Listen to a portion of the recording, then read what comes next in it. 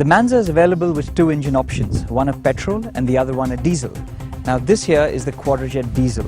It's a 1.3 litre DOHC 90 bhp engine. Now this engine is what you really are used to in the Swift Desire, the Grande Punto, the Linea, and of course the Indica Vista Quadrajet.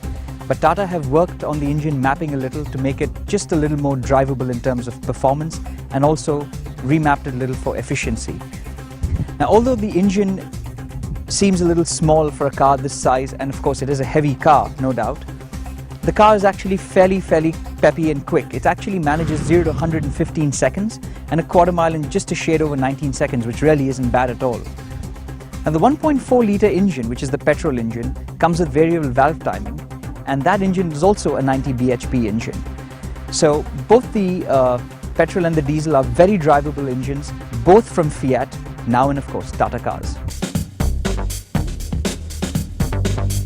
The Indigo Manza is a pleasant surprise. Unlike the earlier Indigos, the Manza rides very comfortably, and this is something which really sets it apart from all the other cars that Tata has had in the past. It really provides a very comfortable driving and passenger riding experience in that sense, because it's just able to absorb all those potholes, all those bumps, all those bad roads, and there's absolutely no noise from the suspension, just a muted thud in most cases, which is I think fantastic, because I think this is really the most evolved till date of any of the cars that Tata has launched in terms of its suspension and refinement through bad roads.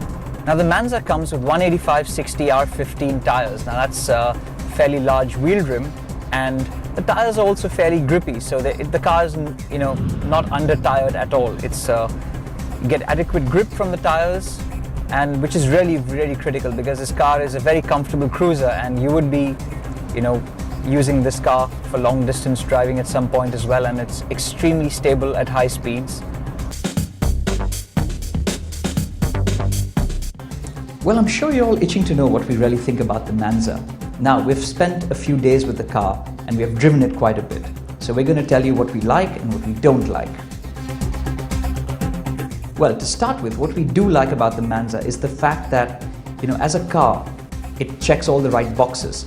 It's got lots of space on the inside, it's got great legroom, class leading, it's got great headroom, it's got great shoulder room. We also like the fact that it's got world-class engines. It's got those lovely Fiat 1.4 and 1.3, the diesel of course, which we just drove. It's got ABS, it's got airbags, it has the Bluetooth-enabled audio kit, it can play a multitude of different formats. It's got connectivity for iPod, it's got connectivity for USB, which is great. It does everything. It's also got steering wheel remote control, so you don't have to take your hands off the wheel to play with the system. It's a great car. Like we said, it checks all the right boxes. It's got those engines, it's got the driving dynamics, it's got the space, but it just doesn't exude that class on the insides, which it really needs to do. So if you're looking for something which is practical, which is more head than heart, the Manza probably is the car you should be looking at. But if you're looking for something which really has a little more class, which maybe is a little more upmarket, maybe the Manza isn't the car that your heart would like.